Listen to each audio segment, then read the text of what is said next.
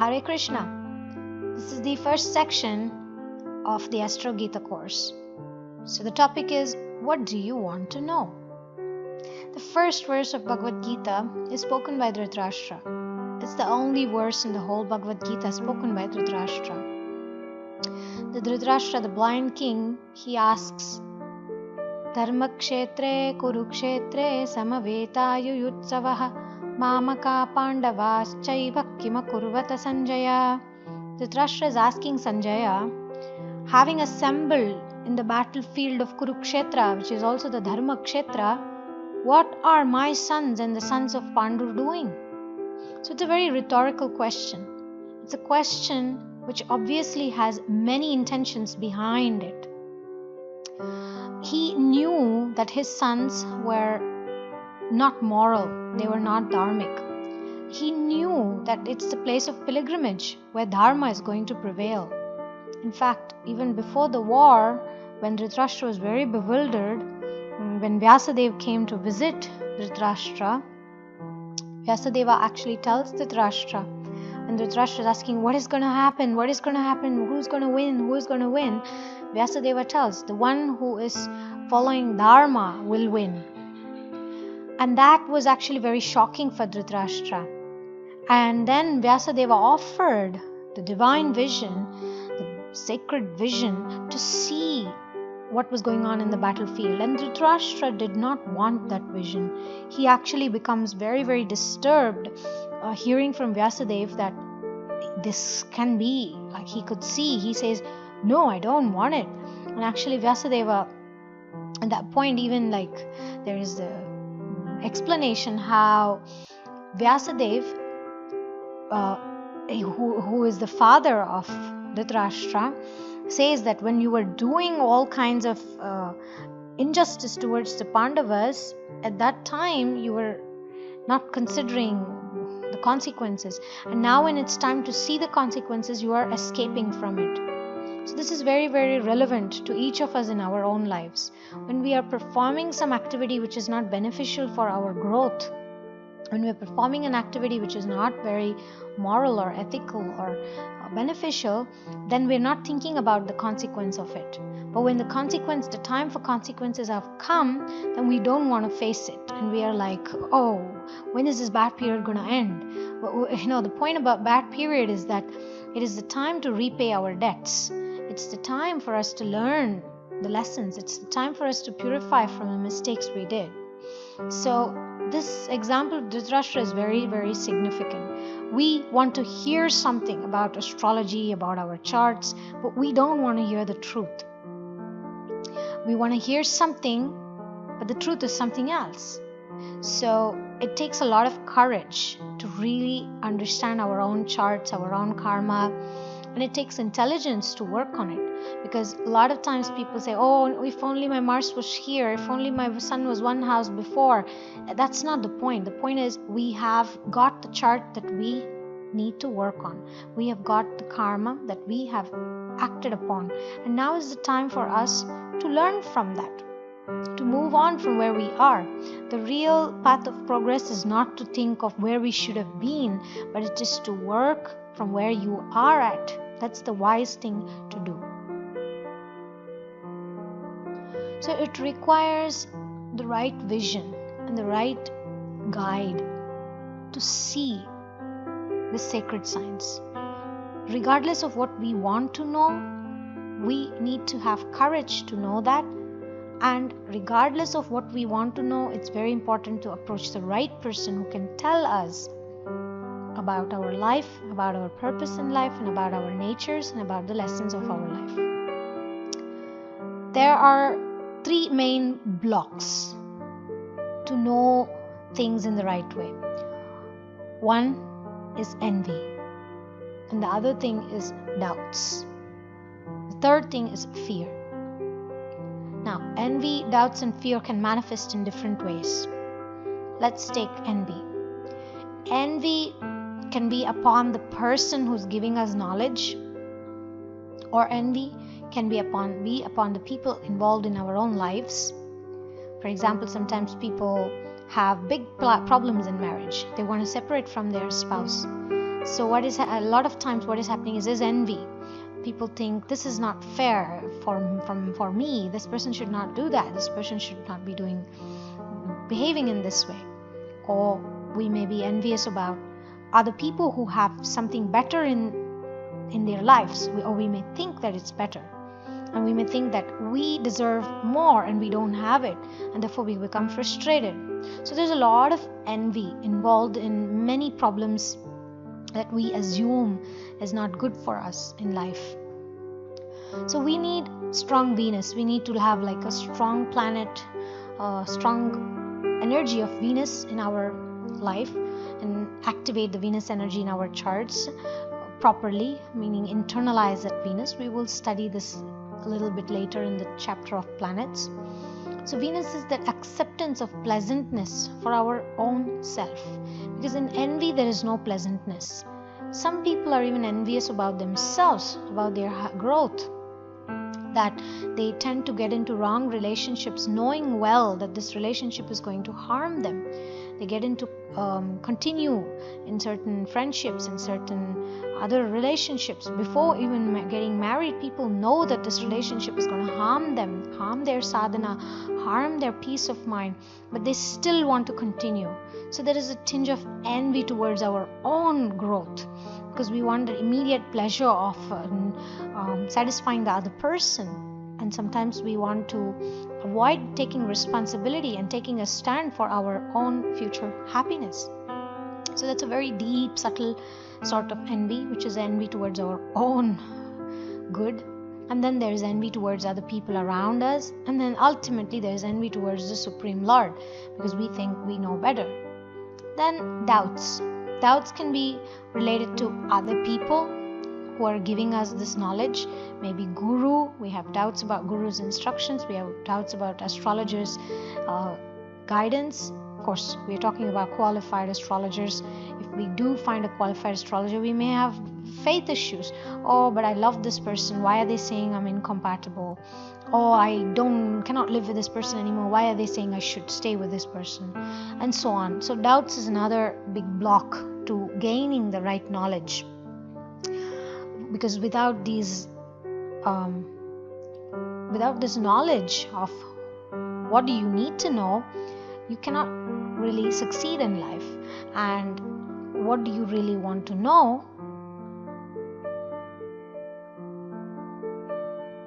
It can be known only if there is openness and we remove these three blocks. So the third is the fear of change. Mainly fear of change is like the prominent one, but fear in general. So usually we are afraid to change because we don't want to give up our ideas, we don't want to change our plans, we don't want to be open to something maybe not very familiar to us. So that's the third one, about fear of change or etc. So that becomes another block to know, to receive this science. So it's not very easy. So therefore we need to become open to surrender to this divine science sincerely, with a heart which is sincere, and we need to be deep in thinking about receiving this knowledge.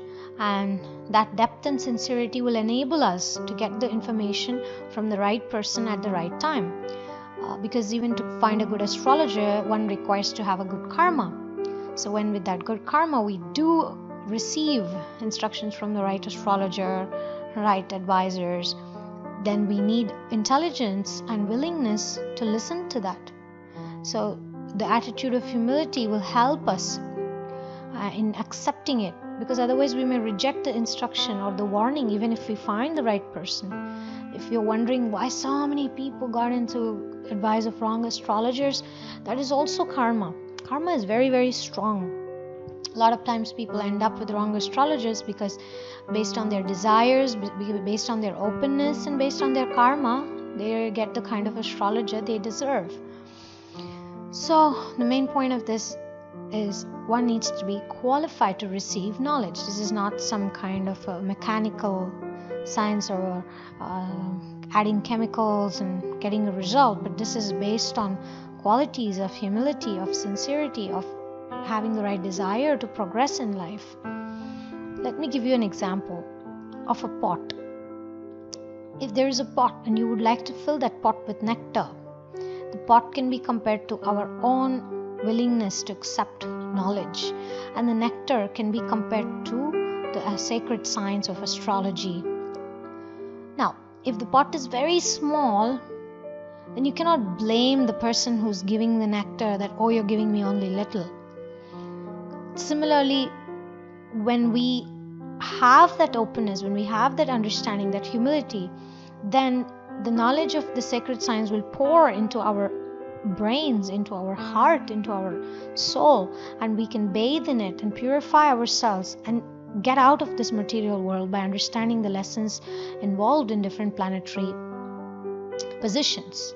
But instead, if we only want to know what will happen, that is like having a really little pot which only one drop of nectar can fall. Okay, yeah, you will get married at this point, this time, this year, but it doesn't really help, because by just knowing when you're going to get married, nothing is going to change. But if you can actually understand what are the lessons in your marriage, what is the kind of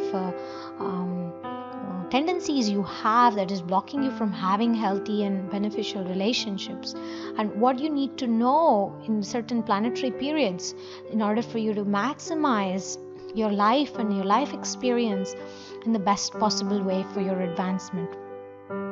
So it's not a small thing to receive right knowledge. And then when we receive that right knowledge, it is definitely a serious thing how you're going to utilize that. So in this course, keep your pots ready. Bigger, the better. The more acceptance, the more free from envy, the more free from doubts, the more free from fear, the bigger the pot is, and the more knowledge you will be able to receive.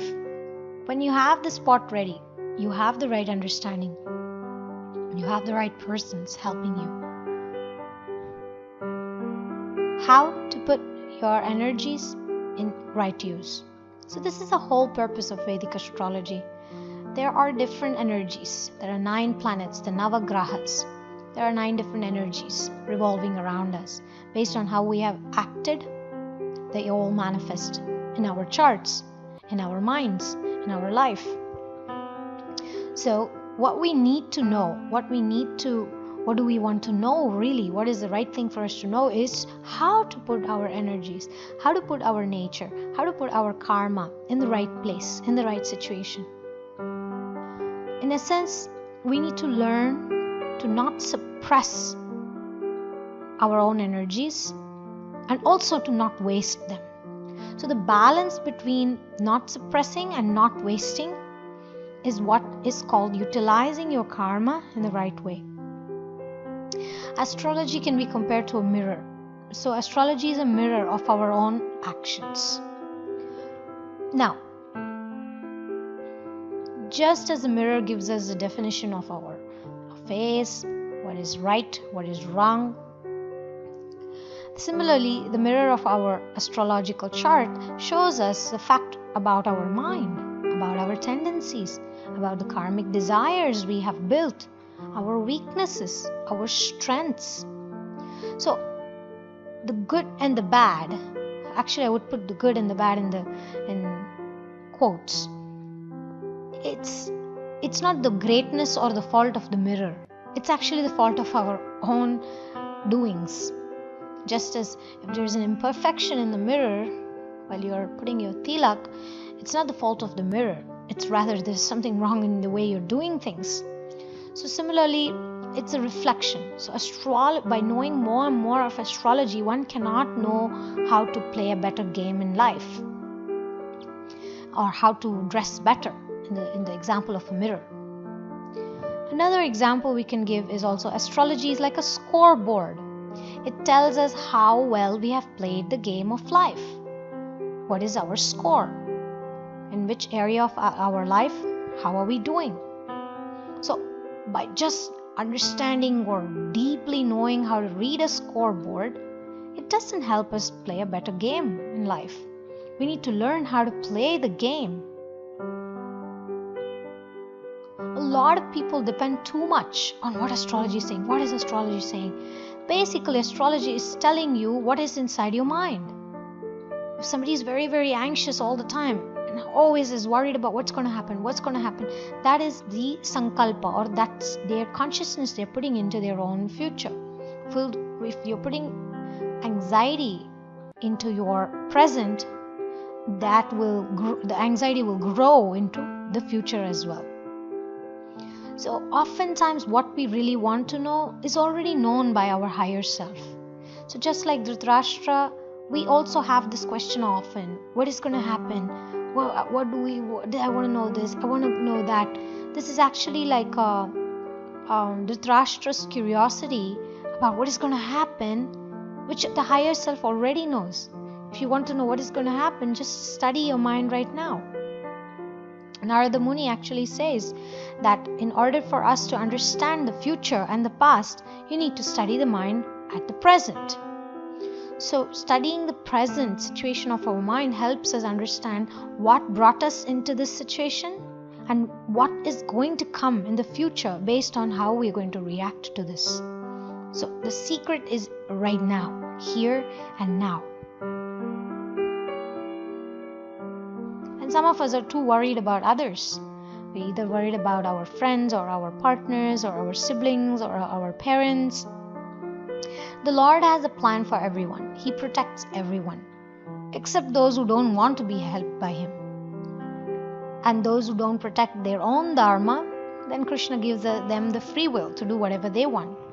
So we need to be careful to not spend our time thinking about what other people around us should be doing or should not be doing, but rather keep that mirror to ourselves and look deeper inside our own heart, our own motivations, and our own karmic situation, and unentangle ourselves from this mess.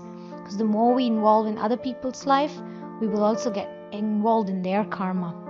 So, these are the two major areas people want to know about: their own future and the future of their people they love. So this is an important principle, to not worry too much about others, but just to understand that Krishna has given free will to everyone. And the best way to utilize our free will is to focus on our growth.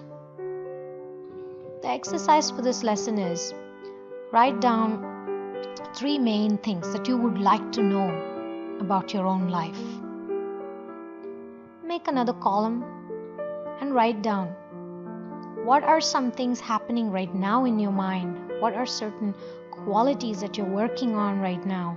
And then you make the 3rd list, where you actually write down how you can know or work on something that you've written in the first list.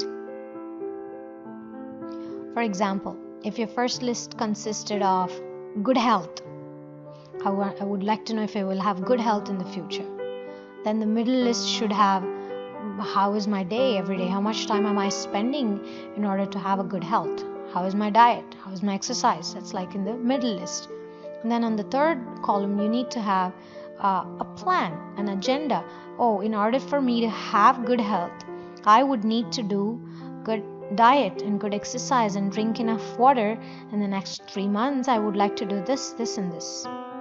So it's a simple planning strategy. So everything in life, whatever you write down, whatever you want to know, can be worked out in this way.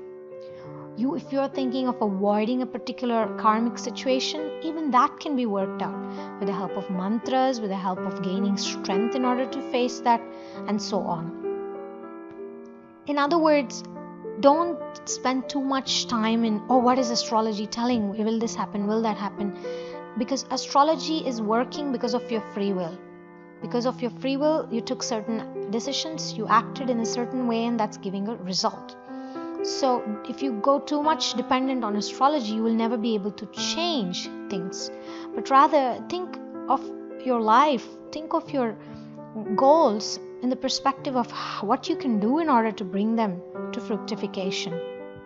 And there are ways to overcome your bad habits, overcome your karmic baggage, and so on.